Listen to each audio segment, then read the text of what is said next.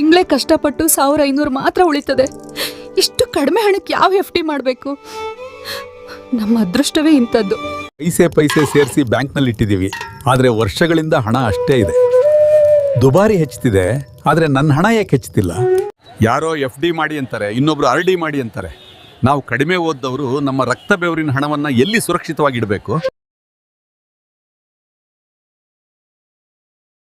2026ರಲ್ಲಿ ಕೇವಲ ಹಣ ಉಳಿಸಿ ಮನೆಯ ಅಲ್ಮಾರಿಯಲ್ಲಿ ಅಥವಾ ಸಾಮಾನ್ಯ ಸೇವಿಂಗ್ ಬ್ಯಾಂಕ್ ಖಾತೆಯಲ್ಲಿ ಇಡೋದು ನಿಮ್ಗೆ ಬಡತನ ತರಬಹುದು. ಇಂದಿನ ಕಾಲದಲ್ಲಿ ವಸ್ತುಗಳ ಬೆಲೆ ತುಂಬಾ ಹೆಚ್ಚುತ್ತಾ ಇದೆ. ನಿಮ್ಮ ಹಣ ಹೆಚ್ಚುತ್ತಿಲ್ಲ ಅಂದ್ರೆ ಅದು ನಿಜವಾಗಿ ಕಡಿಮೆ ಆಗ್ತಾ ಇದೆ. ನೀವಿನ್ನೂ ನಿಮ್ಮ ದುಡಿತದ ಹಣವನ್ನ ಹಾಗೆ ಬಿಟ್ಬಿಟ್ಟಿದ್ರೆ ಹೆಚ್ಚುತ್ತಿರುವ ದುಬಾರಿ ಅದನ್ನ ಗಿಡುಗೆಯಂತೆ ನಿಧಾನವಾಗಿ ತಿಂತಾ ಇದೆ. ಬ್ಯಾಂಕ್ನಲ್ಲಿ ಹಣವನ್ನ ಸುರಕ್ಷಿತವಾಗಿಟ್ಟು ಅದನ್ನು ಹೆಚ್ಚಿಸುವ 2 ಜನಪ್ರಿಯ ಮತ್ತು ಪಾರಂಪರಿಕ ಮಾರ್ಗಗಳು ಎಫ್ ಡಿ ಮತ್ತು ಆರ್ ಡಿ 2026ರಲ್ಲಿ ಹಲವು ಬದಲಾವಣೆಗಳನ್ನ ಕಂಡಿವೆ. ಬಡ್ಡಿ ದರಗಳಲ್ಲಿ ಏರಿಳಿತಗಳಿವೆ. ಜನರು ಗೊಂದಲದಲ್ಲಿದ್ದಾರೆ. ಯಾವುದರಲ್ಲಿ ಹೆಚ್ಚು ಲಾಭ? ಒಮ್ಮೆಲೆ ಹಣ ಜಮಾ ಮಾಡೋದು ಸರಿಯೇ ಅಥವಾ ಪ್ರತಿ ಮಾಸವೂ ಸ್ವಲ್ಪವಾಗಿ ಹಾಕೋದೆ? ಕೆಲವು ಸಣ್ಣ ಬ್ಯಾಂಕ್ಗಳು ಹೊಸ ಆಫರ್ಗಳ ಮೂಲಕ 8.59% ವರೆಗೆ ಬಡ್ಡಿ ಕೊಡ್ತಿರುವ ಮಾಹಿತಿ ಲಭ್ಯವಿದೆ.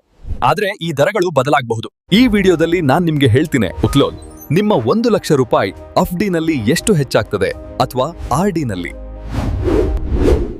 ಆದರೆ ನಿಜವಾದ ರಿಟರ್ನ್ ಬ್ಯಾಂಕ್ ಮತ್ತು ಮಾರುಕಟ್ಟೆಯ ಮೇಲೆ ಅವಲಂಬಿತವಾಗಿರುತ್ತದೆ. 2026ರಲ್ಲಿ ತೆರಿಗೆ ನಿಯಮಗಳಲ್ಲಿ ಯಾವುದೇ ಬದಲಾವಣೆ ಇದೆಯೇ? ಸರ್ಕಾರ ಬಡ್ಡಿಗೆ ತೆರಿಗೆ ಕತ್ತರಿಸಬಹುದು, ಆದ್ರೆ ಅದು ನಿಮ್ಮ ಒಟ್ಟು ಆದಾಯದ ಮೇಲೆ ಅವಲಂಬಿತವಾಗಿರುತ್ತೆ. ಮುಂದಿನ 25 ನಿಮಿಷಗಳಲ್ಲಿ ನೀವು ಬ್ಯಾಂಕ್ ಆಯ್ಕೆಗಳನ್ನ ಉತ್ತಮವಾಗಿ ಅರ್ಥ ಮಾಡಿಕೊಳ್ಳಲು ಸಹಾಯವಾಗುವ ಉಪಯುಕ್ತ ಮಾಹಿತಿಯನ್ನ ಪಡೆಯುತ್ತೀರಿ. ಮತ್ತೊಂದು ಮುಖ್ಯ ವಿಷಯ ನಾನು ನಿಮಗಾಗಿ ಇಂತಹ ಉಪಯುಕ್ತ ಮಾಹಿತಿಯನ್ನ ತರ್ತಿದ್ರೆ ಯೂಟ್ಯೂಬ್ ನಲ್ಲಿ ಕೆಳಗೆ ಇರುವ ಕೆಂಪು ಬಣ್ಣದ ಸಬ್ಸ್ಕ್ರೈಬ್ ಬಟನ್ ಒತ್ತಿ ಮತ್ತು ಬೆಲ್ ಐಕಾನ್ ಒತ್ತಿ. ನಾನು ಪ್ರತಿ ವಾರ ನಿಮ್ಮ ಮನೆಯ ಬಜೆಟ್ ಸುಧಾರಿಸಲು ಸಹಾಯ ಮಾಡುವ ಸರಳ ಮಾಹಿತಿಯನ್ನ ತರುತ್ತೇನೆ. ನೀವೀಗ ಹಣವನ್ನ ಬ್ಯಾಂಕ್ ನಲ್ಲಿ ಇಟ್ಟಿದ್ದೀರಾ ಅಥವಾ ಮನೆಯಲ್ಲಿ? ನಿಮ್ಮ ಕಾಮೆಂಟ್ ಗಳಿಂದ ನನಗೆ ಮುಂದಿನ ವಿಡಿಯೋ ಯಾವ ವಿಷಯದಲ್ಲಿ ಮಾಡಬೇಕೆಂಬುದು ತಿಳಿಯುತ್ತದೆ.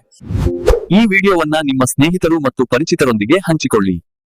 ಈಗ ಮುಖ್ಯ ವಿಷಯಕ್ಕೆ ಬರೋಣ. ಮೊದಲು ಎಫ್ ಡಿ ಮತ್ತು ಆರ್ ಡಿ ಅಂದ್ರೆ ಏನ್ ಅರ್ಥ ಮಾಡ್ಕೊಳ್ಳೋಣ. ನಾವು ಎರಡು ಒಂದೇ ಎಂದು ಭಾವಿಸ್ತೀವಿ, ಆದ್ರೆ ಹಾಗಲ್ಲ. ಎಫ್ ಡಿ ಅಂದರೆ ಫಿಕ್ಸ್ಡ್ ಡಿಪಾಸಿಟ್. ಇದು ಒಮ್ಮೆಲೆ ದೊಡ್ಡ ಮೊತ್ತವನ್ನ ಬ್ಯಾಂಕ್ಗೆ ಜಮಾ ಮಾಡೋದು. ಉದಾಹರಣೆಗೆ ನೀವು ಹಳೆಯ ಜಮೀನ್ ಮಾರಿದಿರಿ, ಕಾರ್ ಮಾರಿದಿರಿ ಅಥವಾ ಬೋನಸ್ ಪಡೆದಿದ್ದೀರಿ. ನಿಮ್ ಬಳಿ ಒಮ್ಮೆಲೆ 1 ಅಥವಾ 2 ಲಕ್ಷ ಬಂದಿದೆ. ನೀವು ಈ ಹಣ ಸುರಕ್ಷಿತವಾಗಿರ್ಲಿ ಮತ್ತು ಉತ್ತಮ ಬಡ್ಡಿ ಸಿಗ್ಲಿ ಎಂದು ಬಯಸಿದ್ರೆ ಅದನ್ನ ಒಮ್ಮೆಲೆ ಬ್ಯಾಂಕಿಗೆ ಜಮಾ ಮಾಡ್ತೀರಿ. ನೀವು ಬ್ಯಾಂಕಿಗೆ ಹೇಳ್ತೀರಿ, ಇದು ನನ್ನ ಹಣ, 1 ವರ್ಷ ಅಥವಾ 5 ವರ್ಷ ಇಡಿ ಮತ್ತು ನಿಗದಿತ ಬಡ್ಡಿ ಕೊಡಿ. ಆರ್ ಡಿ ಅನ್ನದ್ರೆ ರಿಕರಿಂಗ್ ಡಿಪಾಸಿಟ್. ಇದು ಕಂತುಗಳಲ್ಲಿ ಉಳಿತಾಯ ಮಾಡುವ ವಿಧಾನ. ತಿಂಗಳಿಗೆ ವೇತನ ಪಡೆಯುವವರು, ದಿನಗೂಲಿ ಮಾಡುವವರು ಒಮ್ಮೆಲೆ ಲಕ್ಷ ರೂಪಾಯಿ ಇಲ್ದವ್ರನ್ನಾಗೆನ್ನು ತಿಂಗಳೇ 1000 ಅಥವಾ 2000 ರೂಪಾಯಿ ಉಳಿಸಿ ಜಮಾ ಮಾಡಬಹುದು. ಇದು ಬ್ಯಾಂಕ್ ನ ಕಂತು ವ್ಯವಸ್ಥೆ. ನಿಮ್ಮ ಹಣವನ್ನ ನಿಧಾನವಾಗಿ ಜಮಾ ಮಾಡುತ್ತದೆ.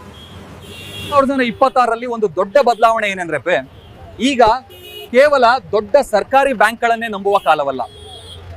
ಕೆಲವು ಸಣ್ಣ ಬ್ಯಾಂಕ್ಗಳು 8.9% ವರೆಗೆ ಬಡ್ಡಿ ಕೊಡ್ತಿವೆ. ಅಲ್ಲಿ ಸರ್ಕಾರಿ ಬ್ಯಾಂಕ್ಗಳು 6-7% ಅಲ್ಲಿವೆ.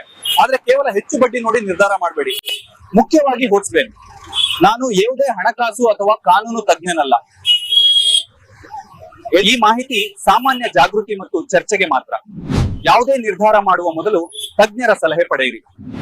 ಎಫ್ ಡಿ ನಲ್ಲಿ ಕಾಂಪೌಂಡಿಂಗ್ ಎಂಬ ಜಾದು ಇದೆ. ನೀವು ಒಮ್ಮೆಲೆ ಹಣ ಹಾಕಿದ್ರೆ ಬ್ಯಾಂಕ್ ಮೊದಲ ದಿನದಿಂದಲೇ ಸಂಪೂರ್ಣ ಮೊತ್ತದ ಮೇಲೆ ಬಡ್ಡಿ ಕೊಡ್ತದೆ.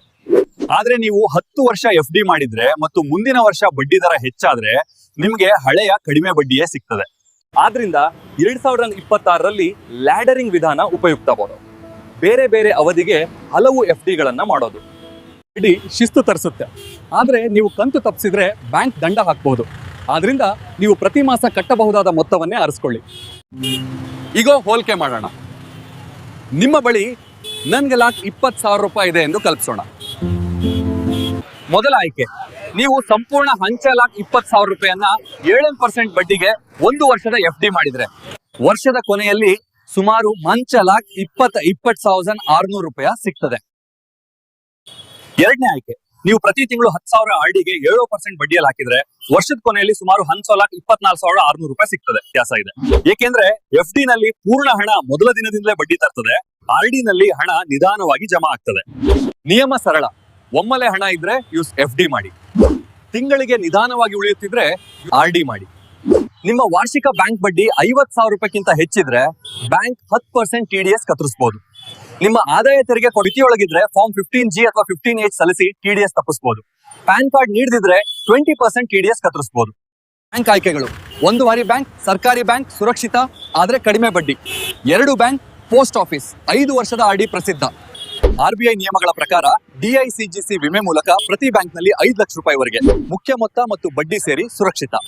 ಹೆಚ್ಚು ಹಣ ಇದ್ರೆ ಒಂದೇ ಬ್ಯಾಂಕ್ನಲ್ಲಿ ಇಡಬೇಡಿ. ಪ್ರತಿ ಬ್ಯಾಂಕ್ಗೆ 5 ಲಕ್ಷ ರೂಪಾಯಿ ಮಿತಿಯಲ್ಲಿ ಹಂಚಿ.